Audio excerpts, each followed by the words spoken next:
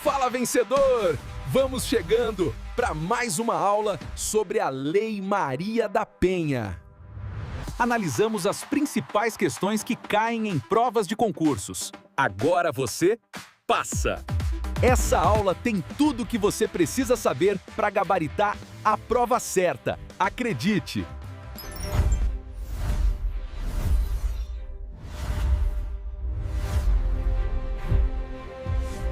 Olá, bem-vindos a mais uma conversa.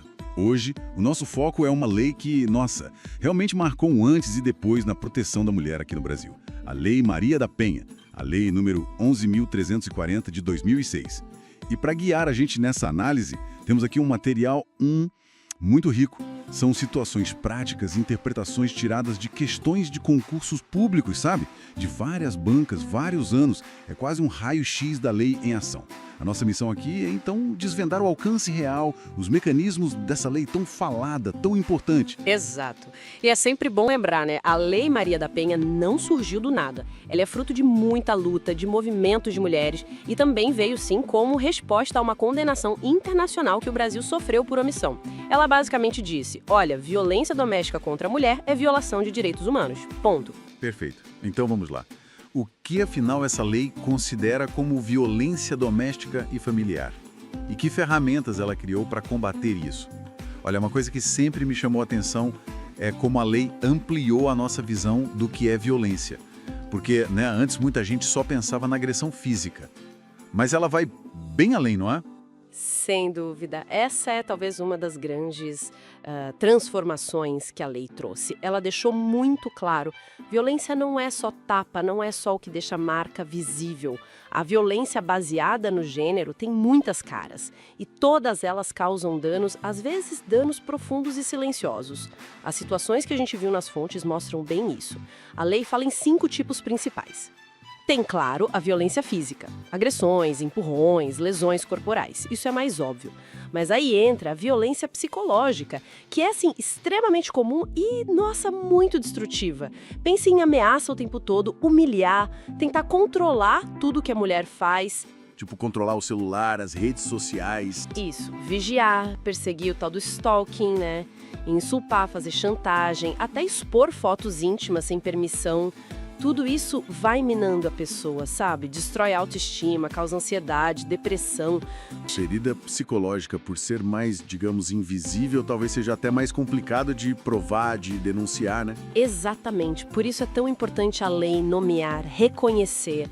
Bom, além dessa, temos a violência sexual. E aqui, de novo, não é só o estupro no sentido clássico.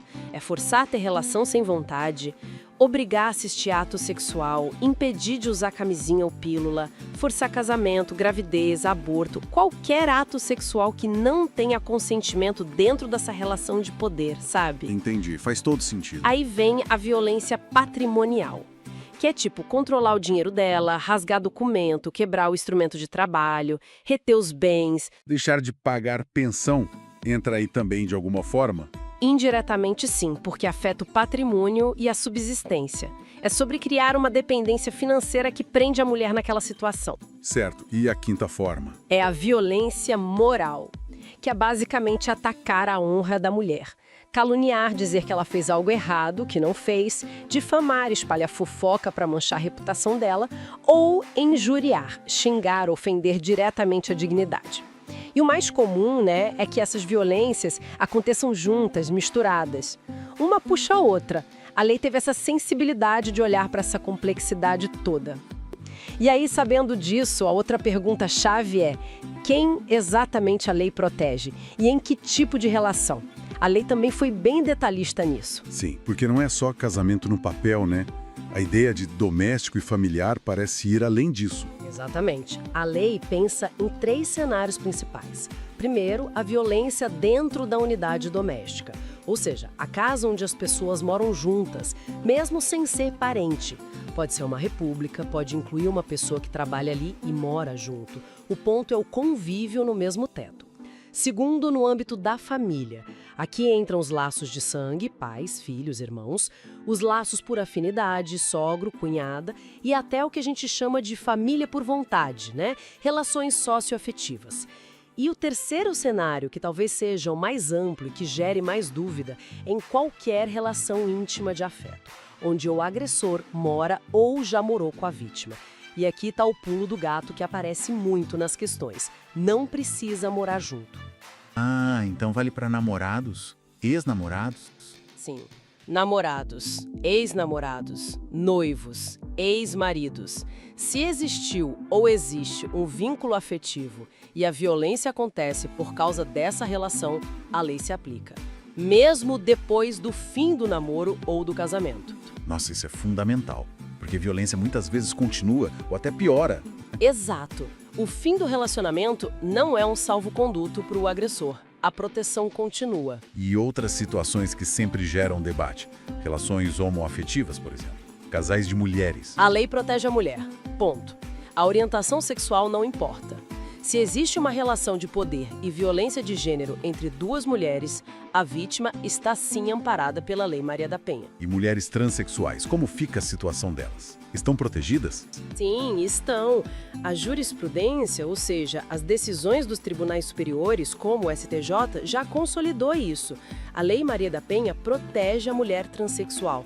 O que importa é a identidade de gênero, como a pessoa se vê e se apresenta ao mundo. A lei combate a violência de gênero. E mulheres trans, infelizmente, também sofrem essa violência no ambiente doméstico e familiar. Entendi a diferença. E os filhos? Eles também são considerados vítimas pela lei? Com certeza, de forma central. A violência pode ser direta contra eles para atingir a mãe, sabe? Ou eles podem presenciar violência contra a mãe, o que já é, por si só, uma forma de violência psicológica gravíssima para a criança ou adolescente. A lei prevê medidas para proteger os filhos também. No fundo, o que une todas essas situações é a ideia de uma relação de poder, de dominação, baseada na questão do gênero. A vítima é sempre a mulher cis ou trans. Agora, o agressor pode ser homem ou mulher também. Ah, é? Uma mulher pode ser agressora no contexto da Lei Maria da Penha? Pode. Pensa numa mãe que agride a filha, uma irmã que agride a outra, usando de violência e controle por questões de gênero dentro da dinâmica familiar. A vítima, a filha, a irmã, estará protegida pela lei. Ok, então entendemos a amplitude do problema, quem a lei quer proteger. Agora vamos para o coração da resposta prática, né? As famosas medidas protetivas de urgência. Elas parecem ser a ferramenta mais imediata da lei, certo? São, sim, fundamentais. São como um escudo, sabe? Uma resposta rápida para parar a violência ou evitar que ela piore. São decisões da justiça com natureza cautelar para garantir a segurança da mulher e dos filhos, se houver. E quem pode pedir? É sempre um juiz que decide? Demora muito? A agilidade é essencial aqui. A própria mulher pode pedir, lá na delegacia mesmo, ou direto para o juiz. O Ministério Público também pode pedir. E o juiz tem que decidir rápido, em até 48 horas. E o mais importante, essas medidas podem ser dadas na hora, de imediato, mesmo sem ouvir o agressor antes, justamente por causa da urgência do risco. E tem mais. A lei pensou em lugares onde não tem fórum perto. Se o município não é sede de comarca, o delegado de polícia pode ele mesmo conceder algumas medidas protetivas mais urgentes. E numa situação de risco extremo, de vida ou morte ali, na hora, qualquer policial civil ou militar pode determinar o afastamento do agressor da casa. Depois, claro, comunica o juiz em 24 horas. Isso mostra o quanto a vida da mulher é prioridade. E quais são essas medidas na prática? O que o juiz pode determinar? As mais comuns que a gente mais ouve falar são o afastamento do agressor do lar, mandar ele sair de casa. A proibição de aproximação. Ele tem que manter uma distância mínima da mulher, dos familiares dela, das testemunhas. E a proibição de contato. Não pode ligar, mandar mensagem, usar rede social, mandar recado por ninguém. Contato zero. Vi também nas questões que pode restringir ou até suspender as visitas aos filhos, né? Faz sentido se as crianças correm risco ou se ele usa as visitas para ameaçar a mãe. Exatamente. E tem outras bem importantes. Por exemplo, obrigar o agressor a pagar alimentos provisórios, uma pensão temporária para a mulher e para os filhos, se eles dependiam financeiramente dele. E uma medida crucial, suspender ou restringir o porte de armas do agressor. Se ele tem arma, isso aumenta muito o risco de algo pior acontecer, né? E uma dúvida. a mulher precisa ter feito um boletim de ocorrência ou já ter um processo criminal rolando para poder pedir essas medidas? Não. E isso é, assim, fundamental. As medidas protetivas independem de BO, de inquérito, de processo. A proteção da vida vem primeiro. Ela pode precisar da medida agora e a investigação do crime vem depois. E se o cara desobedece, ignora a ordem do juiz? Aí ele comete um crime novo. A própria Lei Maria da Penha criou esse crime: descumprimento de medida protetiva de urgência. Isso pode dar prisão em flagrante para ele. E tem um detalhe: se ele for preso em flagrante por descumprir a medida, a lei proíbe o delegado de dar fiança. Só o juiz pode decidir se ele vai responder em liberdade ou não. É mais uma garantia para a mulher. E essas medidas duram para sempre? Ou tem um prazo? A lei não botou um prazo fixo, tipo vale por X meses. O juiz decide a duração inicial e pode prorrogar quantas vezes for necessário enquanto o risco continuar. A situação é reavaliada de tempos em tempos. A ideia é que a proteção dure o tempo que for preciso para a segurança dela. Tá, a estrutura de proteção parece bem pensada. Mas, na prática, para a mulher que está passando por isso, qual o caminho? Como ela faz para acessar esses direitos? Como essa engrenagem começa a rodar? O caminho mais comum começa na delegacia de polícia. Se tiver uma delegacia da mulher, a DEAN, melhor ainda, porque o atendimento lá costuma ser mais preparado. Chegando lá, a lei diz que a polícia tem que registrar a ocorrência na hora, sem enrolação. Ali mesmo, ela já tem que ser informada dos direitos dela, das medidas protetivas e já pode pedir essas medidas. A polícia também tem que ver se ela precisa de proteção imediata, encaminhar para fazer exame de corpo de delito, se tiver lesão, e também para o hospital ou para a rede de assistência social, se for o caso. E a investigação do crime em si, como funciona? O inquérito? A polícia abre um inquérito para investigar o que aconteceu. A lei tem um cuidado importante aqui. Diz que a mulher deve ser ouvida num lugar mais reservado para garantir a privacidade dela, para não ficar revivendo o trauma ali na frente de todo mundo, sabe? E de preferência por policiais mulheres e treinadas para isso. Entendi. E sobre o processo criminal, que pode vir depois? A mulher sempre precisa dizer que quer processar o agressor? Aquela história da representação? Depende do crime. Para alguns crimes, como lesão corporal leve ou ameaça, a lei exige sim a representação da vítima. Se ela não quiser representar, o Ministério Público não pode denunciar. Mas atenção, se ela representar e depois quiser voltar atrás, desistir, o que a gente chama de retratação, ela só pode fazer isso na frente do juiz, numa audiência marcada só para isso, antes do juiz aceitar a denúncia. E o Ministério Público tem que estar presente. Por que tanta formalidade para desistir?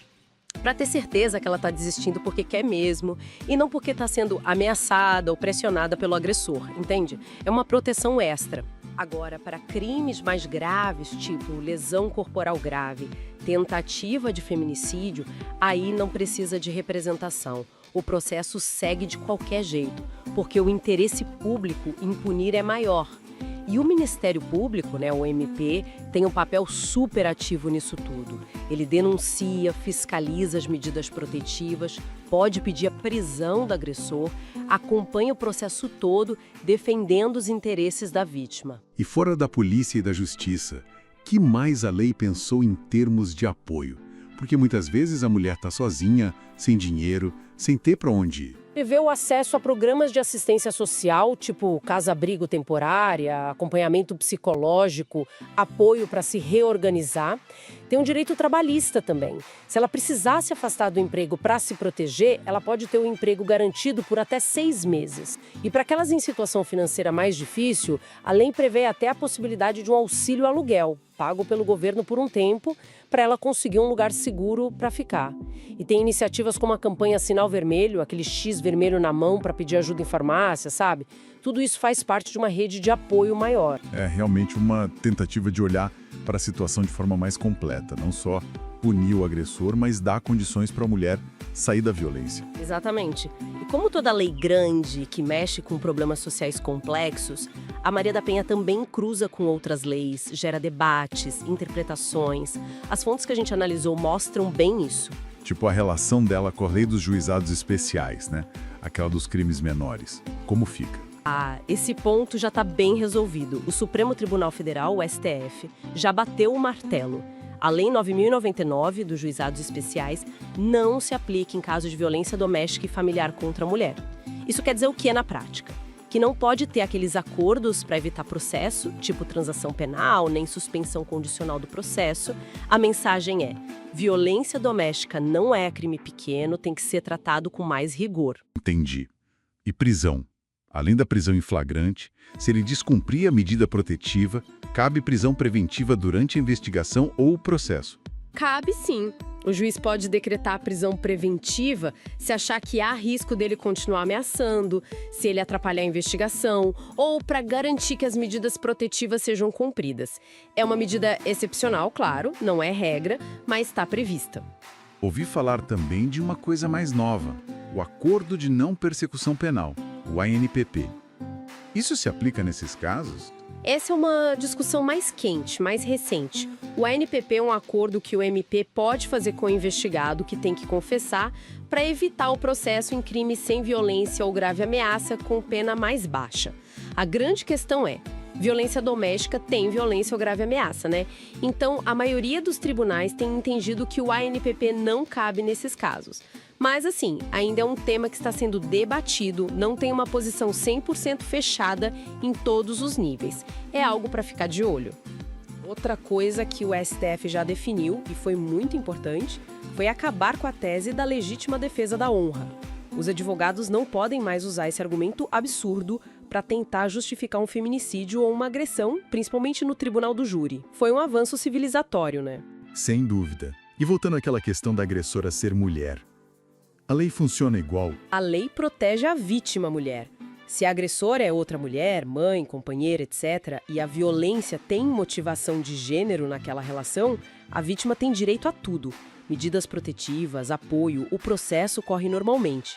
A lei também incentivou a criação dos juizados de violência doméstica e familiar contra a mulher. A ideia é ter um lugar só para cuidar de tudo, do crime e das questões de família que vem junto, tipo divórcio, guarda, pensão. Para facilitar a vida da mulher, né? Para ela não ter que ficar batendo em várias portas na justiça.